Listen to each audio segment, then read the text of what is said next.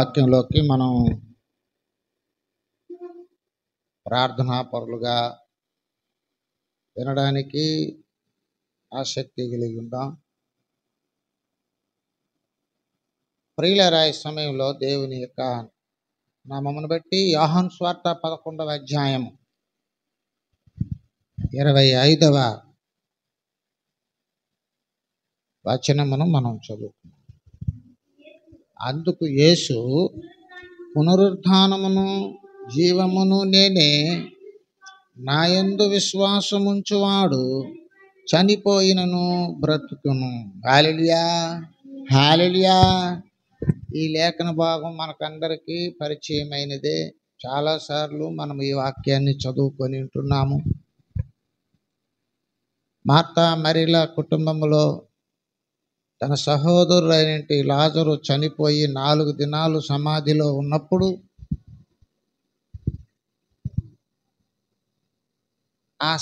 ఆ సమయంలో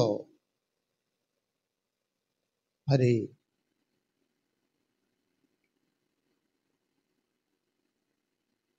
యేసు ప్రభువారు ఆ ప్రాంతంలో నుంచి వేరొక ప్రాంతంలోకి పరిచర్య నిమిత్తమై వెళ్ళినప్పుడు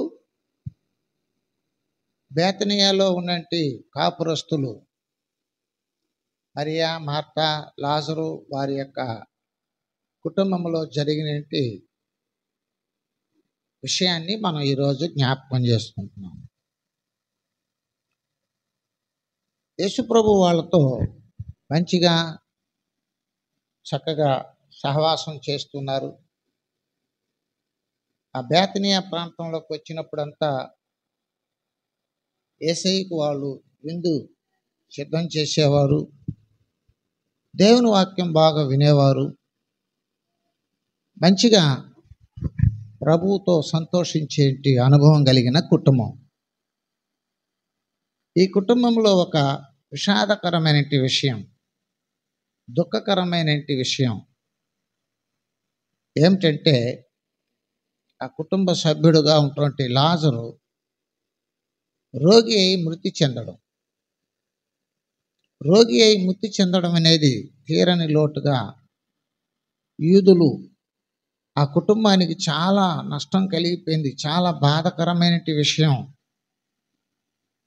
అని చెప్పి వారిని ఓదార్చేంతటి ఆ యొక్క వాక్యాలు ఇక్కడ మనకు కనపడుతూ ఉన్నాయి. హల్లెలూయా, హల్లెలూయా. అలాంటి సమయంలో వారిని గూర్చి అందరూ, ఆ గ్రామం అంతా కూడా బాధపడుతుంది. ఒకసారి చూద్దాం, 19వ వచనం చదువుదాం. కనుక యూదులలో గూర్చి మార్తను మరియను ఓదార్చుటకై వచ్చి ఉండిరి. హల్లెలూయా. చూడండి, ఆ కుటుంబం మీద, ఆ గ్రామంలో ఉన్న యూదులకు అందరికి కూడా మంచి అభిమానం, ప్రేమ, మంచి సహవాసం కలిగిన కుటుంబం, దేవునిలో చక్కగా ఉన్న కుటుంబం. అయినప్పటికీ వాళ్ళ కుటుంబంలో జరిగిన ఒక విషాదకరమైన విషయం, తన సహోదరుడు మరణించడం, చనిపోవడం, తీరని లోటు, చాలా దుఃఖంతో కూడిన వాతావరణం.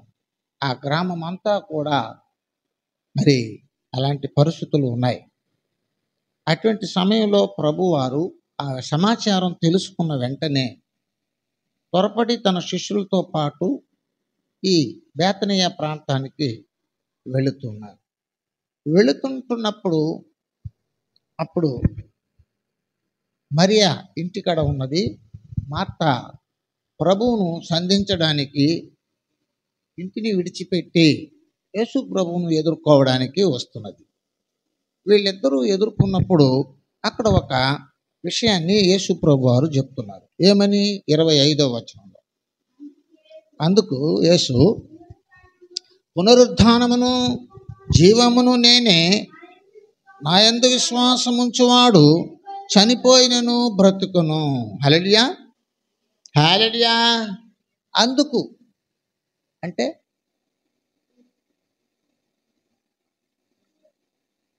ఆమె ఏదో చెప్పింది, ఆమె ఏదో మాట్లాడింది, అందుకు ఈయన రిప్లై ఇస్తున్నాడు. ఏమిటి ఏమిటి ఆమె మాట్లాడింది? 21వ వచనం.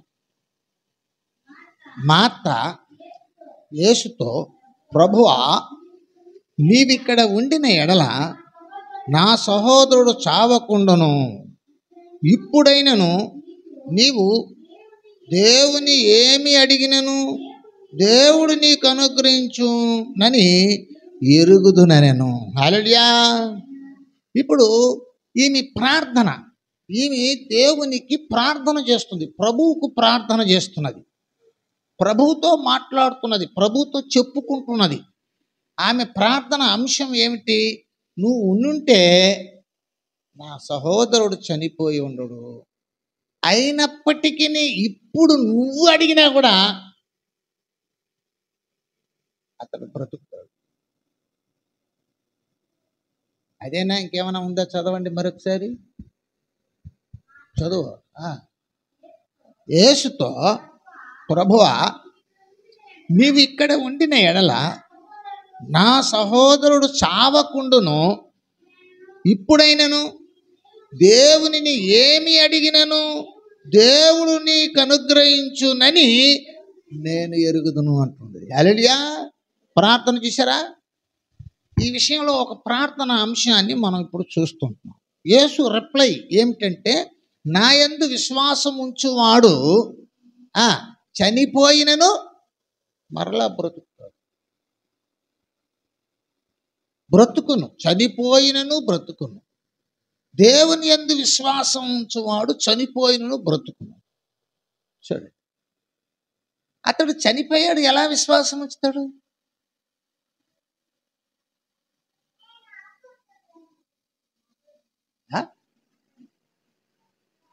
ఆయన చనిపోయినాడు కదా, ఇంకా మాట ఎట్లా వినిపిస్తుంది? వినటం వలన విశ్వాసం కలుగుతుంది. హల్లెలూయా, హల్లెలూయా, హల్లెలూయా. ఆయన ఏమైపోయినాడు ఇప్పుడు? మరి ఎట్లా వింటాడు?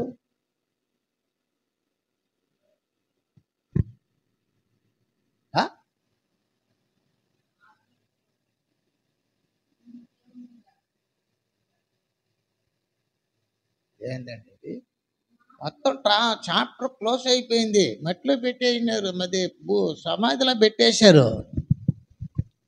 సమాధిలో పెట్టి 4 రోజులు అయింది. ఇప్పుడు చనిపోయినను నా యందు విశ్వాసం ఉంచువాడు చనిపోయినను బ్రతుకును. చనిపోయిన వాడు ఎలా విశ్వాసం ఉంచుతాడు?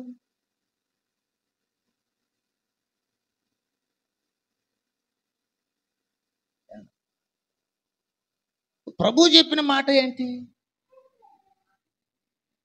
ప్రభు చెప్పిన మాట సరికాదా? హల్లెలూయా.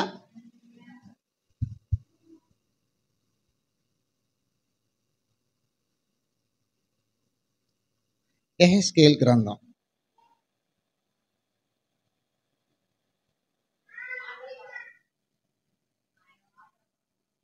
యెహెజ్కేలు గ్రంథం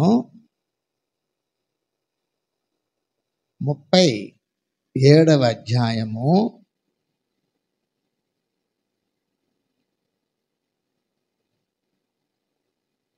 6-7 వచనాలు. చర్మము కప్పి ఇచ్చి ఒదిగి కప్పెదను, మీలో జీవాత్మను ఉంచగా మీరు బ్రతుకుదురు. అప్పుడు నేను ఉన్నానని మీరు తెలుసుకొందురు. ఆజ్ఞ ప్రకారము ప్రవచించుచుండగా గడగడామని ధ్వని ఒకటి పుట్టెను. అప్పుడు కలుసుకొనెను. హల్లెలూయా. చనిపోయిన వ్యక్తి ఎలా విశ్వసిస్తాడు? వింటేనే కదా విశ్వసించేది. వినుట వలన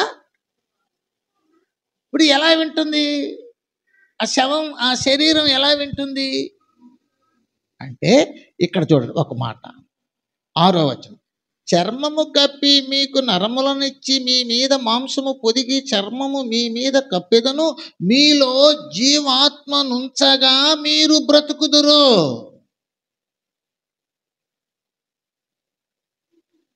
జీవాత్మ ఆయన మాటలు వదులుతూ ఉండేటప్పుడే వాళ్ళకి అది జీవాత్మగా వెళ్ళి ఏం చేస్తుంది.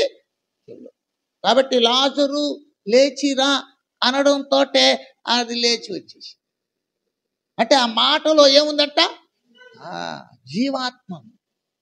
కాబట్టి అది చనిపోయినను బ్రతకడానికి ఏమైనా చేయగలుగుతాడు.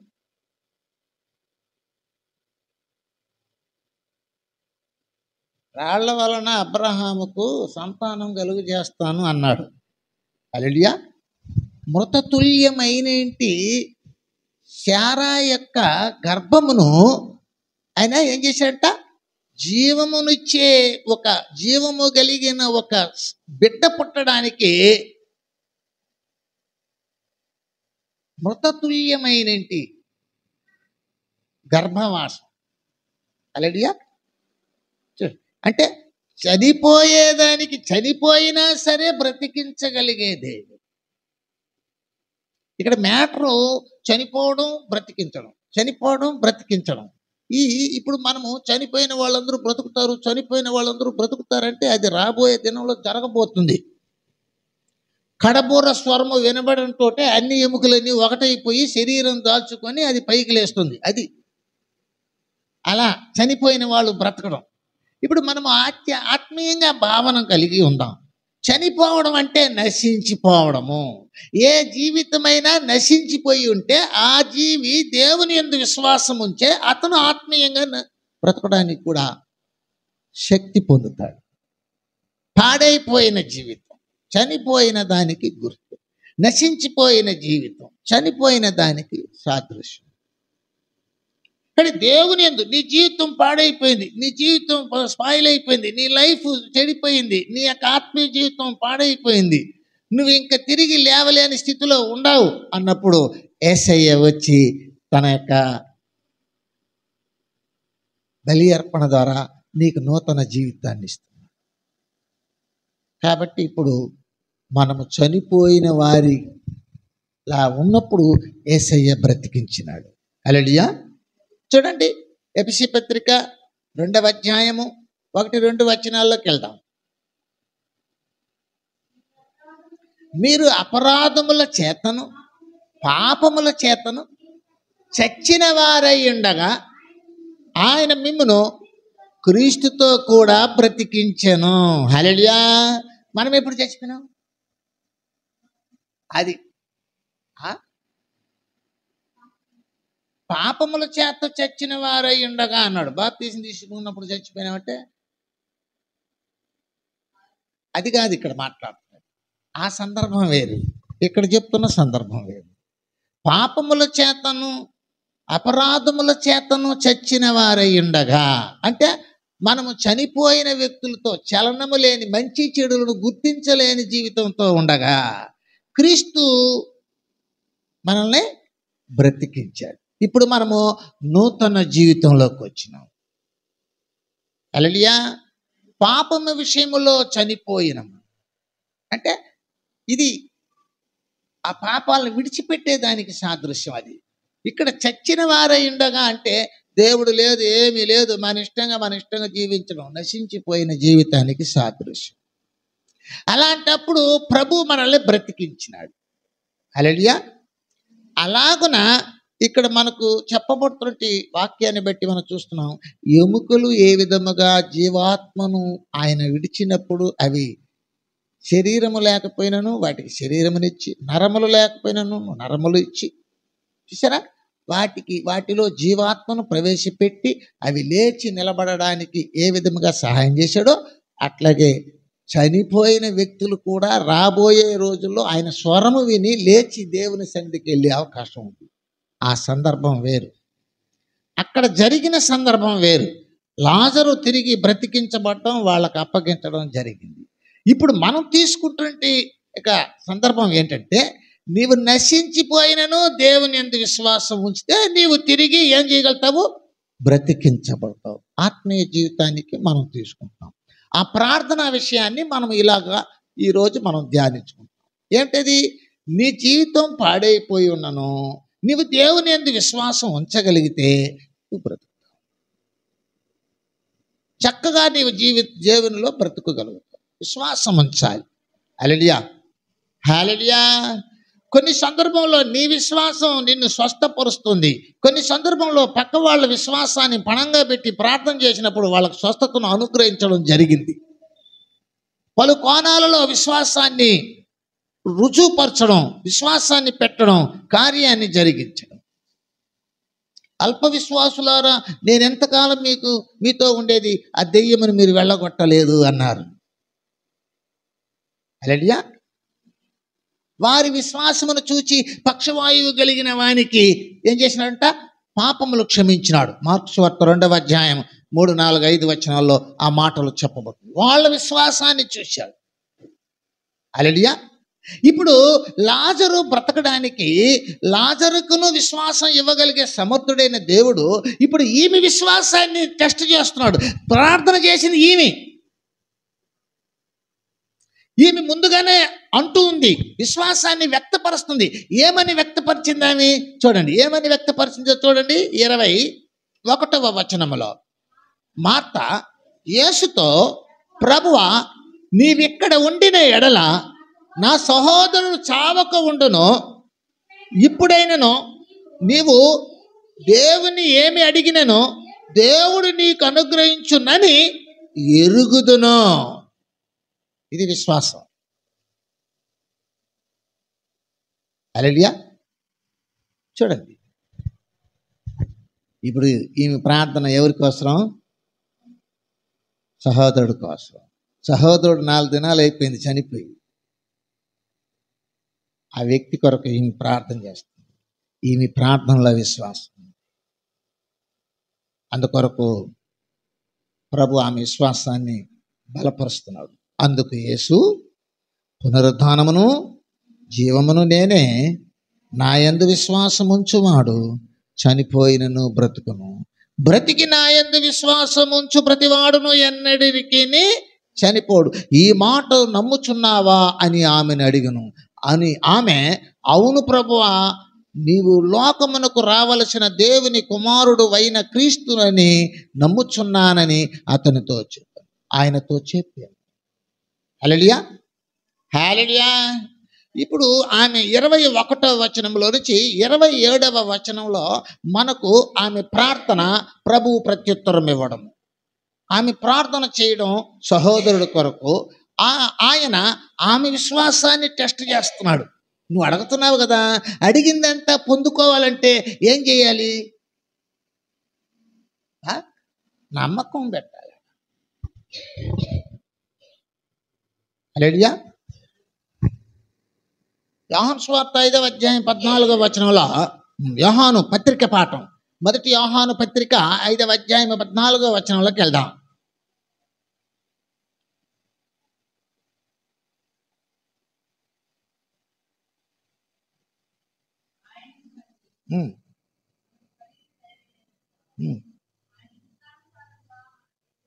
ఏది అడిగినను, హల్లెలూయా, మనకు కలిగిన ధైర్యం ఏదనగా ఆయన చిత్తానుసారముగా. ఏంటిది చిత్తానుసారం? ఏమిటి చిత్తం? ఆయన చిత్తం ఏం తెలుసునా? చూడండి, ఆయన చిత్తం చెప్తాను. యోహాను సువార్త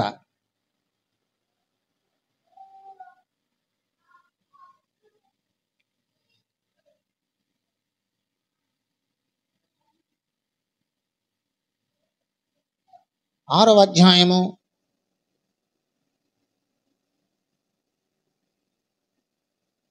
40వ వచనం. కుమారుని చూచి ఆయన యందు విశ్వాసముంచు ప్రతివాడును నిత్య జీవం పొందుటే నా తండ్రి చిత్తము, అంత్యదినము నేను వాణ్ణి లేపుదును. విశ్వాసముంచువాడు, విశ్వాసముంచు ప్రతివాడును నిత్య జీవం పొందుటయే నా తండ్రి చిత్తం. విశ్వాసం అని తండ్రి చిత్తం ఏంటంటే విశ్వాసం. ఎవరు విశ్వాసం ఉంచుతారో వాళ్ళకి దైవ కార్యం జరుగుతుంది. విశ్వాసంతో ప్రార్థన చేయాలి, విశ్వాసముతో దేవుని సన్నిధిలో సహవాసం చేయాలి, దేవుని వాక్యాలు వినాలి, విశ్వాసం ఉంచుకోవాలి. నీ జీవితం ఇబ్బందుల్లో ఉన్నా, నీ జీవితం మరి పొరపాటులో ఉన్నా, ప్రమాదంలో ఉన్నా, బలహీనతలో ఉన్నా, అనారోగ్యంలో ఉన్నా, ఎట్టి పరిస్థితిలో ఉన్నా నువ్వు విశ్వాసంతో ప్రార్థన చేయడం నేర్చుకోవాలి. విశ్వాసముతో ప్రార్థన చేయడం. మార్త దేవుని సన్నిధిలో విశ్వాసముతోనే ప్రార్థన చేస్తుంది. ఆమె విశ్వాసాన్ని ఆయన స్థిరపరుస్తున్నాడు. విశ్వాసాన్ని ఆయన పరీక్షించి స్థిరపరిచి, అవును నా యందు నువ్వు విశ్వాసం ఉంచుతున్నావా అంటే ఆమె అంటున్నది, అవును విశ్వాసం ఉంచుచున్నాను, నమ్ముచున్నాను ప్రభువా అని ఆమె ప్రత్యుత్తరం ఇస్తుంది. హల్లెలూయా, హల్లెలూయా. చూడండి, గమనించవలసినటి వారమై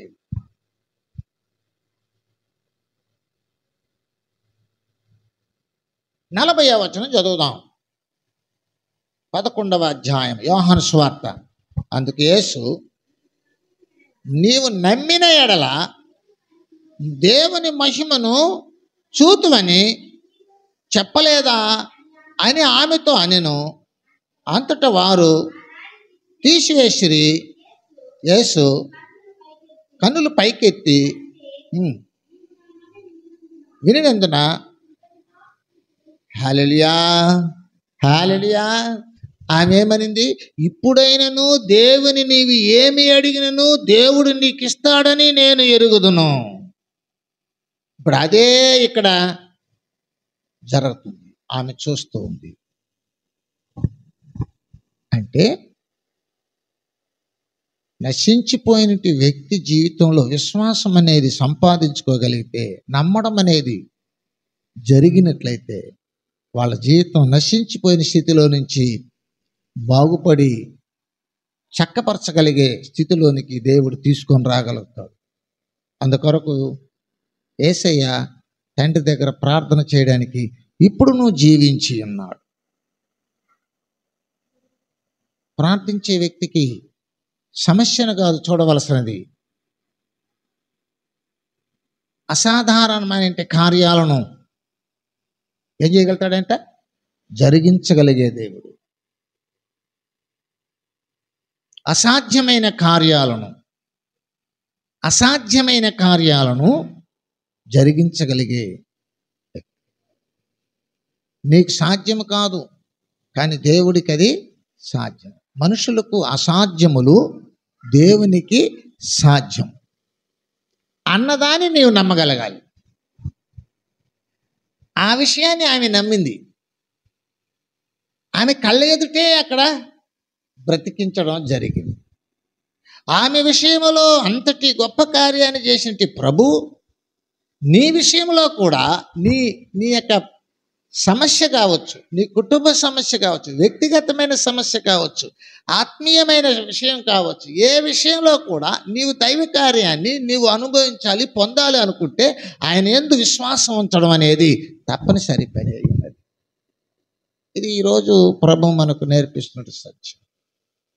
అసాధ్యమైన వాటిని అన్నింటినీ కూడా సుసాధ్యపరచగలిగేంటి గొప్ప దేవుడు ఆయన. ప్రభు అంటున్నాడు, నాకు అసాధ్యమైనది ఏదైనా ఉన్నదా అంటున్నాడు. ఆయనకు అసాధ్యమైనది ఏదీ లేదు. కాబట్టి ఎముకలను జీవాత్మతో నింపి బ్రతికించగలిగేంటి దేవుడు చనిపోయిన లాజరును మరి తన మాట చేత బ్రతికించి నిలబెట్టగలిగేంటి దేవుడు మరి నశించిపోతున్న వ్యక్తుల కొరకు మరి ప్రయాసపడి ప్రార్థన చేస్తుంటే నీ ప్రార్థనను కూడా ఆయన నెరవేర్చగలగడానికి సమర్థుడైనటి దేవుడు. వట్టి ఎముకలకే ఆయన జీవాత్మనిచ్చి అవి ఆ మాటను నమ్మి లేచి నిలబడడం అనేది ఎట్లా సాధ్యమైనదో, అలాగే లాజరు చనిపోయిన స్థితిలో ఉన్న ఆయన మాటను వెళ్ళిన వెంటనే ఆయన లేచి నిలిచి నడిచి రావడం జరిగింది. ఆ విషయాన్ని అక్కడ పక్కన పెట్టి నీ విషయానికి వస్తే, నీవు నశించిపోయి ఉంటున్నావా? ఆత్మీయ జీవితంలో కావచ్చు, కుటుంబపరమైన జీవితంలో కావచ్చు, పాడైపోయి ఉంటున్నావా? నశించిపోయి ఉంటున్నావా? నష్టంలో ఉంటున్నావా? వ్యాధిలో ఉంటున్నావా? ఇబ్బందులో ఉంటున్నావా? ఏ విషయంలో నుంచి అయినాను నేను సరిచేయగలగడానికి ఆయన సమర్థుడనే విషయాన్ని నీవు నమ్మాలి. మార్తలాగా నమ్మగలిగితే, నువ్వు ఎరగగలిగితే, నువ్వు నమ్మగలిగితే తప్పకుండా నీ కళ్ళ ఎదుటే దేవుడు కార్యం చేస్తాడు.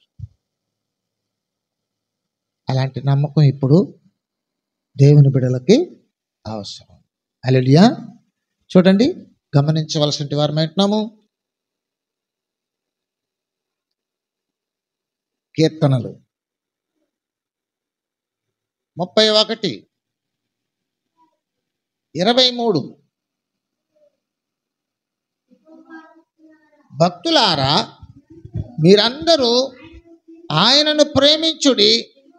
యెహోవా హల్లెలూయా విశ్వాసులను కాపాడుతాడు. ఆయన విశ్వాసం నీ యందు ఉంటే యెరికోను కూడా కూల్చగలుగుతావు. నీ ద్వారానే చేయిస్తాడు ఆ పని. నమ్మకం, విశ్వాసం, ప్రార్థనా జీవి సంపాదించుకోవాలి. నమ్మకంతో ప్రార్థన చేయాలి, విశ్వాసముతో ప్రార్థన చేయాలి. ఆ సమస్యను చూస్తే నీకు విశ్వాసం రాదు, యేసయ్యను చూస్తే నీకు విశ్వాసం వస్తుంది. యేసయ్య మాటను నమ్మితేనే నీకు ఏదైనా సాధ్యం.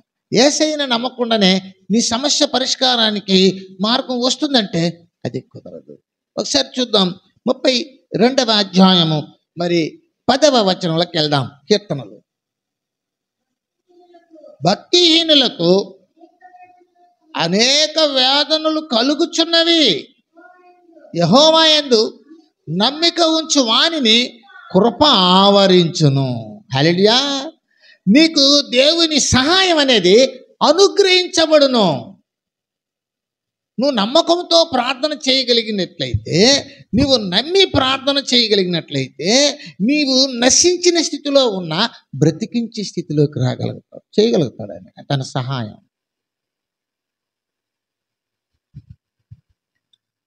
అందుకే విశ్వాసముతో నమ్మకముతో ప్రార్థించడం నేర్చుకోవాలి. నువ్వు నీకుంటున్న ఇబ్బందులన్నిటిని గురించి కూడా చెప్పుకో, అన్నిటిని గురించి కూడా చెప్పుకో. విశ్వాసం లేకపోతే ప్రయోజనం లేదు. ఇక్కడ యోహాను సువార్త 11వ అధ్యాయంలో మనం చూసాం, 21వ వచనము మాత్రమే ఆమె యొక్క ప్రార్థన. ఆమె మాట్లాడుతున్నది, తర్వాత ఆయన ప్రత్యుత్తరం ఇస్తున్నాడు. ఆయన ఆమెకు సలహా ఇస్తున్నాడు, నమ్మకం ఉంచు, తప్పకుండా. ఎవరైనా చనిపోయిన వ్యక్తి కూడా నమ్మకం ఉంచితే బ్రతుకుతాడు. బాధల్లో ఉన్నవాళ్ళు నమ్మకం ఉంచితే బ్రతుకుతారు. పాడైపోయిన వాళ్ళు నమ్మకం ఉంచితే బాగుపరచబడతారు. నమ్మకాలు లేకుండా ఉట్టి ప్రార్థన చేసుకుంటూ ఉంటే ఆయన్ని శోధించడానికి ప్రార్థన చేయకూడదు, ఆయన్ని పరీక్షించడానికి ప్రార్థన చేయకూడదు. ఆయనే నిన్ను పరీక్షిస్తాడు. ఏం పరీక్షిస్తాడంటే నీకు విశ్వాసం ఉందా లేదా, నీకు విశ్వాసం ఉందా లేదా అని పరీక్షిస్తాడు. నీ విశ్వాసము నిన్ను స్వస్థపరుస్తుంది, నీ విశ్వాసము నీకు సహాయపడుతుంది, నీ విశ్వాసము నిన్ను బ్రతికిస్తుంది, నీ విశ్వాసము నిన్ను ఏం చేస్తుందంట, కాపాడుతుంది. హల్లెలూయా. చూడండి, యెషయా గ్రంథం 26వ అధ్యాయం 3వ వచనం. ఎవని మనస్సు నీ మీద ఆనుకొనునో ఆయన్ని నీవు పూర్ణ శాంతి గలవానుగా చేదువు, కాపాడుదువు. ఏలైనగా విశ్వాసముంచి ఉన్నాడు. చూసారా, విశ్వాసంతో జీవించే వ్యక్తికి పూర్ణ శాంతిని అనుగ్రహిస్తాడు. ఉన్న సమస్యలన్నిటిలో నుంచి పరిష్కారాన్ని చూపించగలడు. అందుకోసం విశ్వాసం ఉంచాలి, విశ్వాసముతో ప్రార్థన చేయాలి. యేసయ్య భూమి మీద సువార్త ప్రకటించినప్పటి నుంచి చెబుతున్నాడు, విశ్వాసాన్ని కలిగి ఉండండి, విశ్వాసంతో ప్రార్థన చేయండి, విశ్వాసముతో ప్రార్థించండి, విశ్వాసముతో అడగండి, విశ్వాసముతో మీరు అడిగినవన్నీ పొంది ఉన్నామని నమ్మండి. నమ్మండి. నమ్మగలుగుతున్నామా? నమ్మి ప్రార్థన చేయగలుగుతున్నామా? నమ్మకం లేకుండా ప్రార్థన చేస్తున్నామా? నమ్మి ప్రార్థన చేస్తున్నామా? నమ్మకం లేకుండా ప్రార్థన చేస్తున్నామా? నమ్మకంతో ఏదైనా అడుగు, తప్పకుండా దేవుడు సహాయం చేస్తాడు. చూడండి, యెషయా గ్రంథం 32వ అధ్యాయం 17వ వచనంలోకి వెళ్దాం. 32వ అధ్యాయం 17వ వచనం. నీతి సమాధానము కలుగజేయును, నీతి వలన నిత్యము నిమ్మళము నిబ్బరము కలుగును. అప్పుడు నా జనులు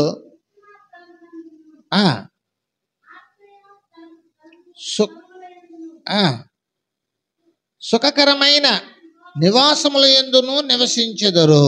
చూడండి, ఇవన్నీ కూడా ఇక్కడ ఉంటున్నట్టే సమాధానము, నిమ్మళము, నిబ్బరము. చూడండి, మరి విశ్రమ స్థలము, సుఖకరమైన నివాసములు కలిగి నివసిస్తారు. వాళ్ళ బ్రతుకులకు ఏమేమి కావాలో, వాళ్ళ జీవితాలకు ఏమేమి కావాలో అవన్నీ కూడా ఇందులో పెట్టాడు. సమాధానమును, నిమ్మళమును, నిబ్బరమును, విశ్రమ ఆశ్రమ స్థానములుగాను, సుఖకరమైన నివాసములుగాను ప్రభు వాళ్ళని దర్శించి వాళ్లకు సహాయపడటం అనేది మనం చూస్తున్నాం. చేత గమనించవలసినటి వారమై ఉంటున్నాము. ప్రభు లేఖనంలో మనతో మాట్లాడుతున్నాడు. పునరుద్ధానమును జీవమును నేనే. హల్లెలూయా. నా యందు విశ్వాసముంచు వాడు చనిపోయినను బ్రతుకును. ఇలా మాట్లాడడానికి గల కారణం ఏంటంటే, అందుకు అన్నాడు అంటే ఆమె ప్రార్థన చేసింది. ఆమె ప్రార్థనకు ఇలా ప్రత్యుత్తరం ఇచ్చారు. నేను నమ్ముచున్నాను అని చెప్పింది నిజమే. నమ్మిన వాళ్ళు చనిపోయినా కూడా బ్రతుకుతారు. అవును, నిజమే కదా. క్రీస్తునందుండి మృతులైన వాళ్ళు మొదట బ్రతుకుతారు. హల్లెలూయా. క్రీస్తునందు ఉండడం అంటే విశ్వాసంతో జీవించడం. ఇది భవిష్యత్తులో జరగబోయే విషయం, అప్పటికప్పుడే అక్కడనే జరిగిన విషయం. ఇప్పుడు మన పరిధికి, మన పరిస్థితికి మన జీవితాలు పాడైపోయినాయా? మన ఆత్మీయ జీవితాలు నశించిపోయినాయా? మన మనస్సాక్షి చచ్చిపోయిందా? మన జీవితం వేస్ట్ అయిపోయిందా అనుకుంటున్నామా? అయినా ప్రభు వైపు చూడగలగాలి. ప్రభు వైపు చూస్తే, ప్రభు సన్నిధిలో విశ్వాసంతో మొరపెట్టగలిగితే, మార్తాలాగా వాళ్ళ కుటుంబంలో నెమ్మదిని ఎలా పొందుకునిందో, సుఖకరమైనటి మరి సమాధానమును ఎలా పొందిందో అలా పొందుకోవడానికి మనకును ప్రభు సహాయం చేస్తారు. కనుక విశ్వాసముతో మనం ముందుకు సాగుదాం. మన ఆత్మీయ జీవితాలను బలపరుచుకోవడానికి ప్రభు వైపు చూస్తూ విశ్వాసంతో ప్రార్థన చేయడం నేర్చుకుందాం. అట్టి కృప ప్రభు మనకు దయచేసి దీవించి కాపాడును గాక. ఆమేన్. సమయంలో మనము